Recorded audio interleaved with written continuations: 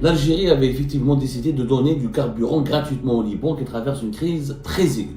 Est-ce que l'Algérie a décidé de donner du carburant gratuitement pour les beaux yeux des Libanais et des Libanaises, des Libanaises et des Libanais? C'est complètement faux et cette opération ne relève aucunement d'un sentiment de solidarité. En réalité, ce que nous allons vous révéler aujourd'hui, en réalité, le carburant algérien qui a été donné, offert là, au Liban, entre dans le cadre d'un deal par les États-Unis d'Amérique, la France et l'Algérie afin d'aboutir à un accord secret. L'Algérie s'est engagée à donner 90 000 tonnes de fuel au Liban. 60 000, deux cargaisons seront gratuites, 30 000 et 30 000 ça fait 60 000, et le Liban ne va payer que la troisième, qui est la dernière livraison de 30 000 tonnes. Le Liban ne devra payer que 30 millions. Et 60 millions de dollars, l'Algérie a accepté de les livrer gratuitement. Derrière ce deal, bien sûr, il y a des considérations politiques en Algérie. Tebboune a gagné le soutien français et américain pour les élections. Beaucoup d'Algériennes et d'Algériens ont été étonnés par le geste de Abdelmadjid Tebboune de venir en aide, ou de porter secours au Liban, qui vit une grave crise d'alimentation d'électricité, de graves crises en matière d'approvisionnement d'électricité et des coupures d'électricité extrêmement intenses. L'Algérie avait effectivement décidé de donner du carburant gratuitement au Liban qui traverse une crise très aiguë.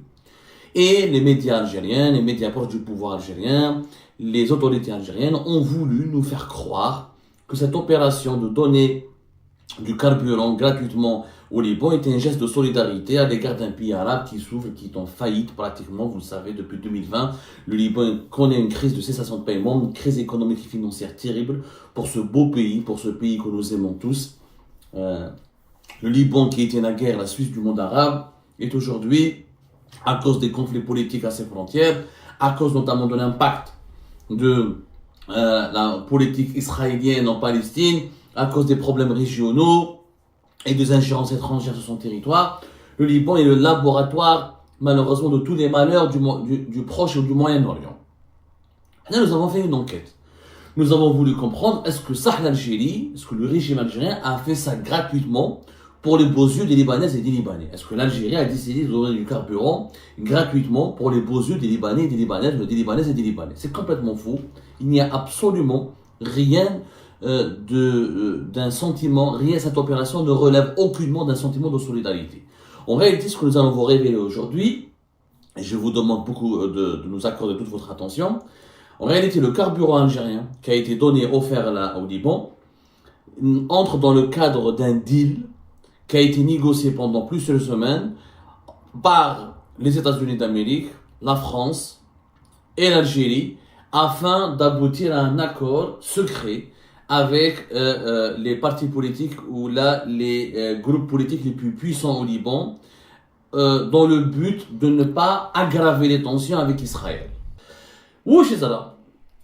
Comme l'été, depuis le début de la guerre entre le Hamas et Israël, depuis le début de l'agression, l'offensive israélienne contre la population de Gaza, vous savez que le Liban partage des frontières avec Israël. Il y a au Liban, il y a le Hezbollah, il y a une partie, il y a des mouvements de résistance aussi importants, très importants contre Israël, etc.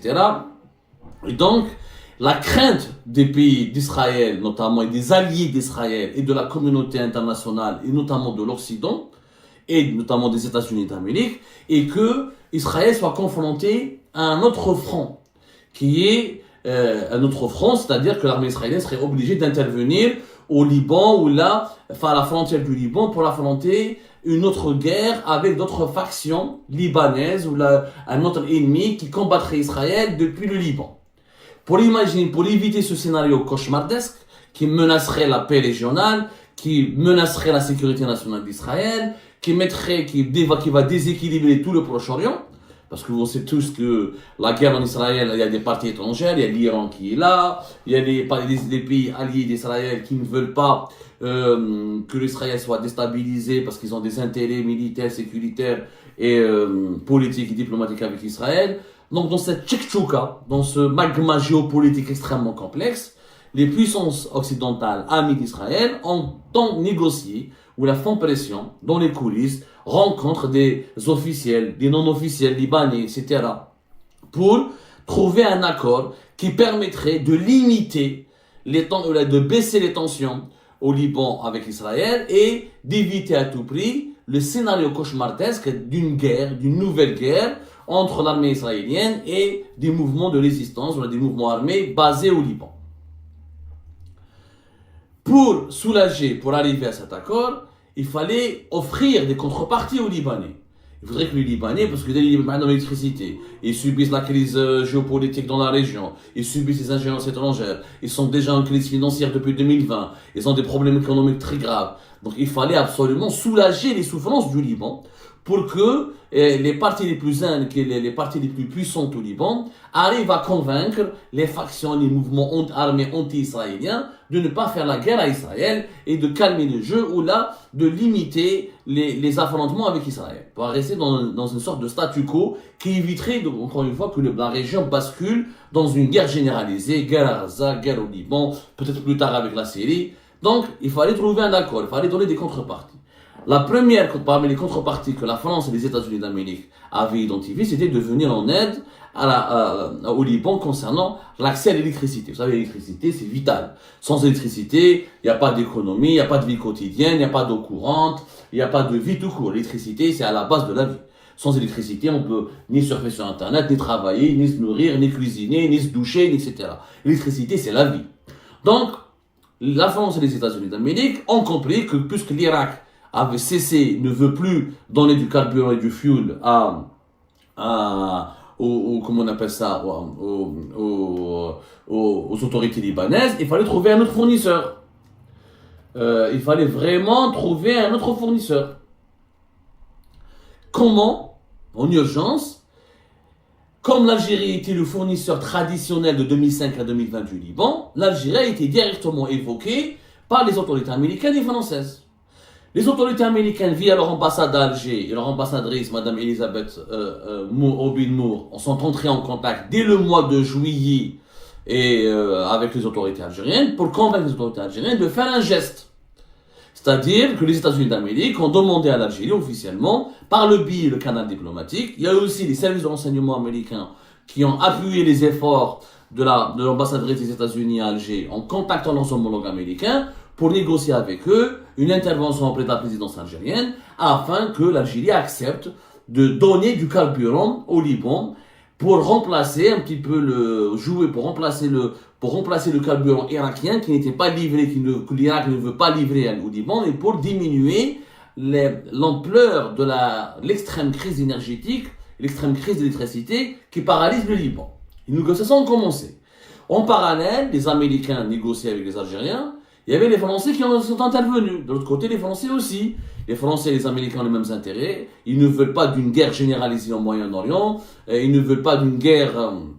ils ne veulent pas qu'Israël se retrouve sur deux fronts, à la fois à Gaza et à la fois au niveau de ses frontières avec le sud Liban. Donc les Français ont actionné aussi leur réseau, leur contact algérien, notamment par le biais des services secrets français et algériens ont entamé des discussions. Et le général-major Mohamed Jabbar, le patron de la direction de la documentation de la sécurité extérieure, était l'interlocuteur à la fois des Français et des Américains pour essayer de trouver un accord qui permettrait au Liban de bénéficier du carburant algérien. Donc, sollicité par les États-Unis d'Amérique et la France, Tebboune a été convaincu par son staff et par Mohamed Jabbar et à la suite des comptes rendus qui ont été fournis et des contacts qui ont été initiés avec les Américains, les autorités américaines et françaises, dans les services secrets américains et français et dans notamment l'ambassadrice américaine à Alger, un accord a été trouvé. Cet accord consiste à quoi? L'Algérie s'est engagée à donner 3 cargaisons, ça n'a pas été dit. C'est ça l'exclusivité. C'est que l'Algérie ne s'est pas engagée à donner une seule cargaison de 30 000 tonnes. L'Algérie, parce qu'une première cargaison de 30 000 tonnes a été livrée au Liban le 27 août dernier. Le 18 août 2024, le Premier ministre algérien Nabil Arbaoui donc autorise, il annonce officiellement que l'Algérie va donner du carburant au Liban.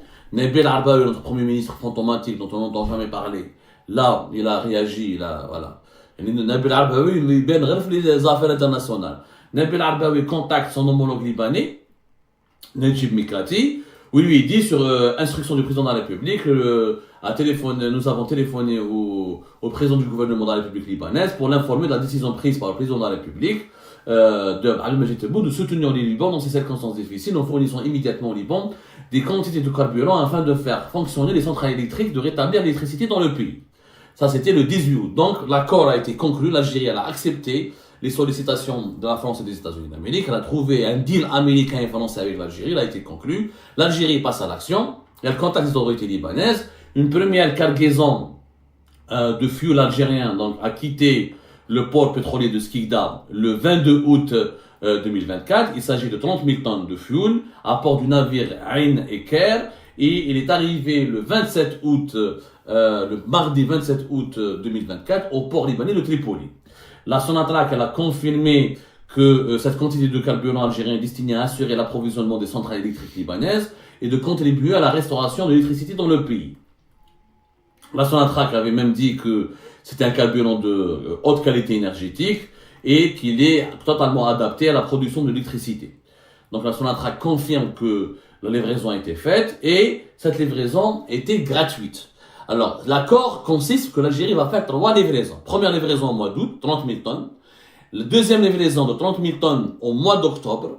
Et la dernière livraison de 30 000 tonnes au mois d'octobre avant la fin de l'année 2024. L'Algérie s'est engagée à donner 90 000 tonnes de fuel au Liban. 60 000 et 2 cargaisons seront gratuites. 30 000 et 30 000, ça fait 60 000. Et le Liban ne va payer que la troisième, qui est la dernière livraison de 30 000 tonnes. Ça va coûter dans les équivalents d'une trentaine de millions de dollars, d'après nos sources. Sur presque 100 millions de dollars, 90 millions de dollars, le Liban ne devra payer que 30 millions. Et 60 millions de dollars, l'Algérie a accepté de les livrer gratuitement. Voilà le deal. Mais l'Algérie ne l'a pas fait pour les beaux yeux des Libanaises et des Libanais. Et naturellement, il y a un intérêt algérien derrière. Quel est l'intérêt algérien? Pourquoi l'Algérie a accepté, après avoir été salie, après avoir été insultée, le scandale du fuel frelaté, où l'Algérie, la Sonatrach notamment, la Sonatrach c'est l'État algérien. Qui dit Sonatrach dit l'État algérien. Sonatrach c'est la colonne vertébrale de l'État. C'est la vache laitière de l'Algérie. On a insulté la Sonatrach d'être corrompue, d'avoir corrompu les dirigeants libanais, d'avoir fourni du carburant périmé au Liban. Mais l'Algérie, 4 ans plus tard, elle est revenue à des meilleurs sentiments à l'égard du Liban parce qu'il y a un deal avec les Américains et les Français. Derrière ce deal, bien sûr, il y a des considérations politiques en Algérie. Tebboune a gagné le soutien français et américain pour les élections. C'est-à-dire que la légitimité de Tebboune sera reconnue rapidement, juste après l'annonce des résultats des élections présidentielles, le 7 septembre prochain. Les autorités françaises et les autorités américaines ne vont pas mettre en doute ni les résultats, ni le déroulement de l'élection présidentielle, ni la légitimité de Tebboune, et ils se sont engagés à coopérer, à renforcer leur coopération bilatérale avec le régime Tebboune. C'est-à-dire que Tebboune a gagné, quelque part, la caution des Américains, la caution démocratique. Parce que les élections en Algérie, le 7 septembre prochain, tout le monde doute de leur crédibilité. C'est une élection qui se déroule dans le désintérêt total, plein de prisonniers politiques, plein de détenus d'opinion, plein de répression, une opposition totalement verrouillée, totalement étouffée, une société civile qui est abattue, qui est étouffée aussi, la presse libre totalement qui a disparu, qui a été enterrée. Donc c'est une élection, elle n'est pas du tout crédible, il y a un grand discrédit.